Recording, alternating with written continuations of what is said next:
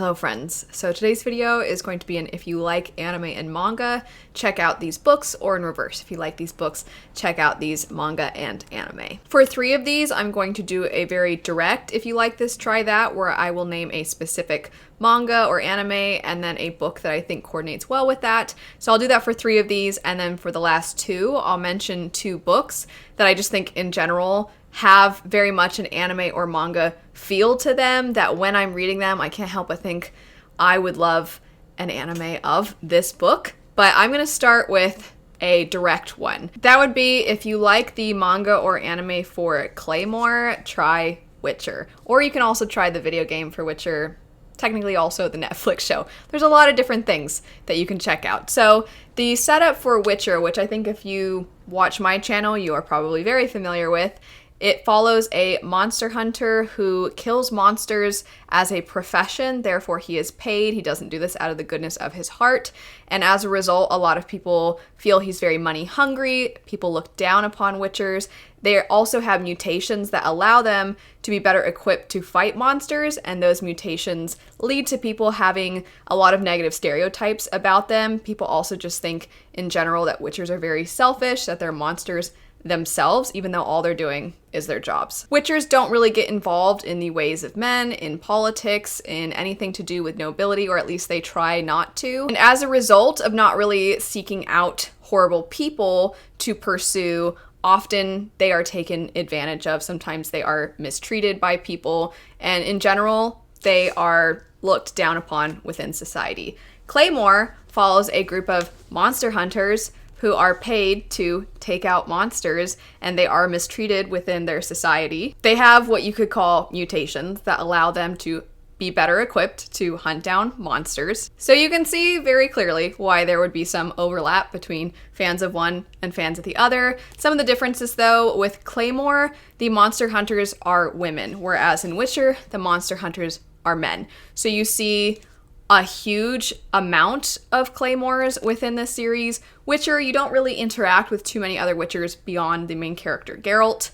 But in this one, you're going to see a lot of different Claymores. Also, the Claymores, their mutations, are actually them being part monsters themselves. The monsters are called Yoma, and rather than being very obvious and separate from humans, the Yoma actually disguise themselves as humans, and then they will infiltrate towns, and it makes it even harder for them to be discovered and found out. So the Claymores have to be very careful, but the Claymores aren't, similar to Witcher, really supposed to harm people. They're only really supposed to go after the Yoma. So in general, if you like one, I definitely highly recommend checking out the other. And then fun fact, the main character Claire in this, when I first got my dog, I almost named her Claire, but she is clearly a Luna bear. Next up are some recommendations for if you like the manga or the anime for Finland Saga. Finland Saga is one of the greatest things ever. It is so good. It has so much more depth than you might initially expect. I have been talking about Vinland Saga for so long. I need more people to get into it. It's so good. So if you don't know, Vinland Saga follows a young boy named Thorfinn, and you see Thorfinn initially having what is basically a very peaceful life in Iceland with his family. He very much looks up to and loves his father, but his father has a dark past that involves being a Viking, and he has left that behind, but it is not through with him. And so the past kind of comes calling, and then Thorfinn's life gets flipped upside down. This is definitely a revenge story, but I think that you don't really do the story favor by only calling it a revenge story, because it very much examines the meaning of life. It does such a great job of showing the descent of a good, innocent character. It shows how one's surroundings and those that somebody is surrounded by can have such an impact on a person, whether that be for the good or for bad. And you get some of the best, I guess you could call them villains. I mean, they are villainous, but at the same time, sometimes you're very fascinated by them. The character, Oskalod, is fantastic. And Thorfinn, your heart breaks for this character. It is so good. The action is also fantastic. It has this sense of exaggeration to it. Not necessarily even in the way that a typical manga or anime would, but there's something to it that feels very like you're being told this epic, and so everything feels like it's got grand proportions. So Finland Saga, I can't recommend it enough. It's so good. It also examines religion. Anyway, there's just so many things about Vinland Saga that make it fantastic. So a few different recommendations. The historical fiction that I would say reminds me the most in story beats would be the book Viking Warrior. This is not a very well-known series, but it follows a young man who's actually the son of a Viking chieftain and an Irish slave who used to be royalty before she was captured by the Vikings. And as a result, he is the son of a chieftain and a former noble, but he himself has been born a slave. However, due to something that happens to his father, Halfdan, the main character in this series, has the opportunity to try and live his life very differently and actually have a life among the Vikings as a free person. However, he wants revenge against some people after some individuals he cares about are harmed. So it is a revenge story. I don't think it has quite the same depth and introspection and reflective nature to it that Vinland Saga has, but I do think it is a fantastic story to pick up if you are interested. It follows historical events that actually happened, and there are real people from history that show up in the story.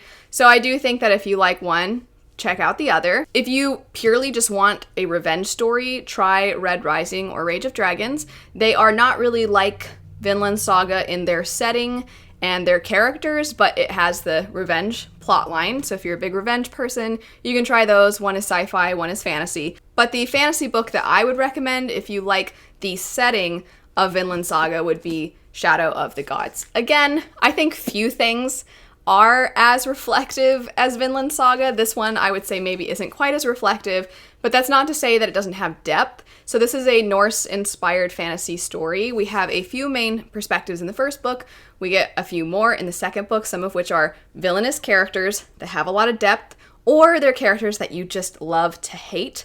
So you get that expansion of perspectives in the second book, but in this first one, you follow three main perspectives: somebody who was a former slave, somebody who is trying to make a name for themselves, and then somebody who is, in some ways, kind of out for revenge. They are looking for someone who has been kidnapped that they care very much about. They have a past. They're kind of like if you combined the main character from Vinland Saga with the person that was harmed in Vinland Saga. If you combine those together, you would get Orca from this story.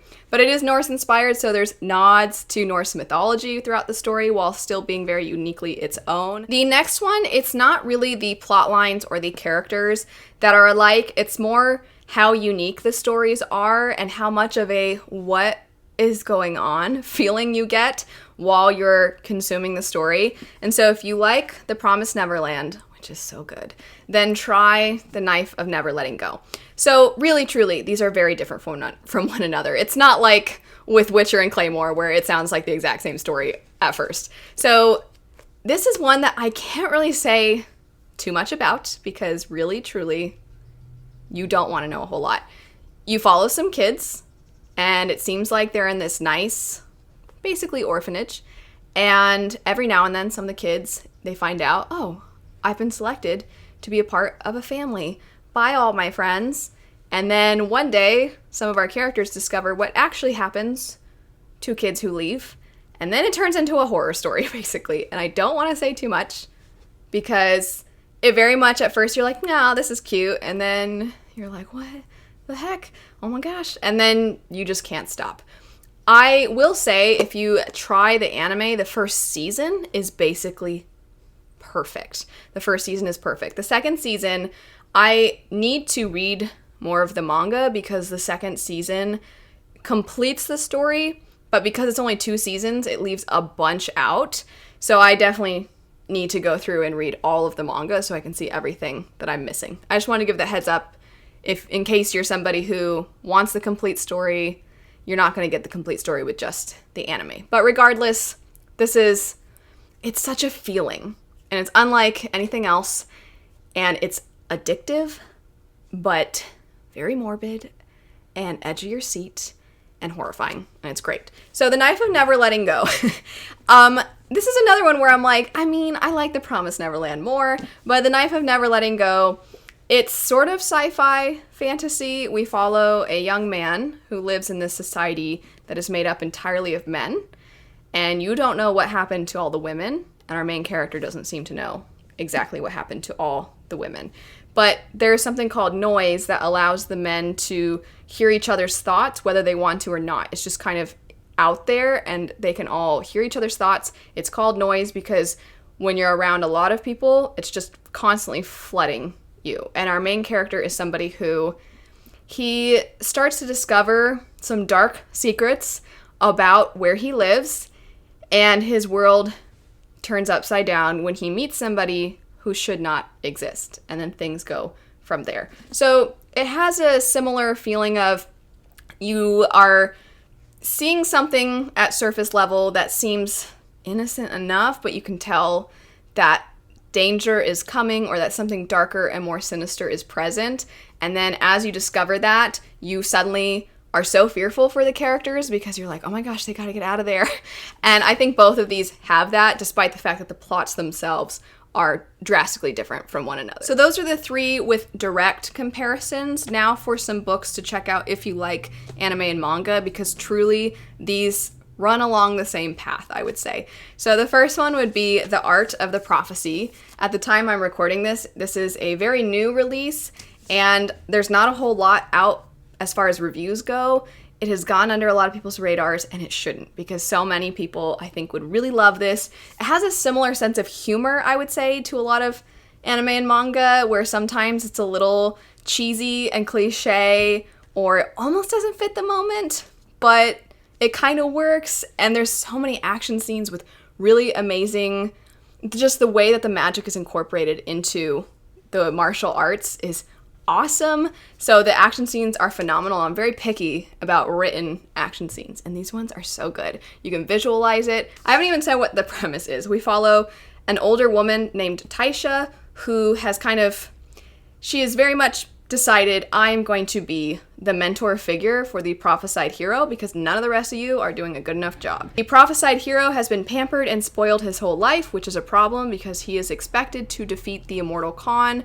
And then you start to get information about the immortal Khan, you get information about other people from other places, and suddenly things aren't quite as black and white as you expected. The typical chosen one tropes, the author does a great job of flipping those on their head, and it's just such a good time, action-packed, well-paced, funny, adventurous, and the characters in this are interesting. Plus, it has that, I would say this is another thing that's related to manga and anime, the enemies.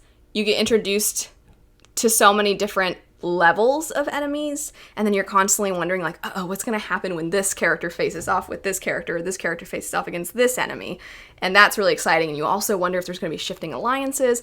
It's fantastic. I did an entire very extensive review for this because I just think that so many people would really like it, and if you're a fan of anime and manga, I definitely think you should give this one a go. Last, we have the Shadow of the Fox series. This is one of the books in the series, but Shadow of the Fox is the first one, and this story has, I would say, some of the common tropes that you find in anime and manga, including the lovely, innocent, mischievous, naive, sunshine girl character, and then the brooding assassin, shinobi, samurai type character, and he has a quest, and that quest places him on the same path as our other character. Hatsumi is the character that works for a shadow clan, and Yumeko is the one that is mischievous yet naive. She's been raised by monks, and she has got some fox powers, so that's also a really fun thing. But they go on a quest, and within the first book, a lot of times with quest type fantasy, you get almost what feels like episodes throughout the story. And that can be to some people's interest, and other people aren't interested in that at all. But I think the way it's done in Shadow of the Fox, I can visualize every new place, and it felt very much like well-realized episodes, characters going from one place to the next, discovering something sinister going on in one place, and then there'd be this really sad, almost cry-worthy moment in this random place they go to, and then they just gotta leave it behind, and you're like, oh my gosh, that was so sad. And it has nothing to do with the main plot necessarily. It's just a place they go through on their way to their ultimate goal. Their ultimate goal involves combining pieces of a scroll together, and it's only every so many years, I believe every 1,000 years, that somebody is able to have a wish granted. And so obviously there's a lot of people that are wanting this, but the pieces of the scrolls have been scattered across the nation. And so Tatsumi is tasked with finding one of the pieces of the scroll. Yumeko has some knowledge that involves the scroll, and she doesn't want to share that with Tatsumi, but she convinces him that she knows where she's supposed to find this piece of the scroll, and so that is part of what causes them to band together. There's also a Ronin character that joins their crew, as well as a noble-like individual. And so you see this group of people on this quest together. Like I said, it feels very episodic. I need an anime of this one. I need an adaptation of both of these because they're great. But I really truly think that if you like anime and manga, Art of the Prophecy and Shadow of the Fox are definitely worth checking out. That's it for some. If you like anime manga, try these, read these, and then of course in reverse, if you like these books, try these anime and manga. I have more things written down, so I'd happily do this style video again if you'd like to see more. But anyway, thanks so much for watching. If you have any of your own recommendations for like this, try that fall into this category, feel free to leave those in the comments. But anyway, thanks so much for watching. I hope you have a lovely rest of your day, and I'll see you all later. Bye.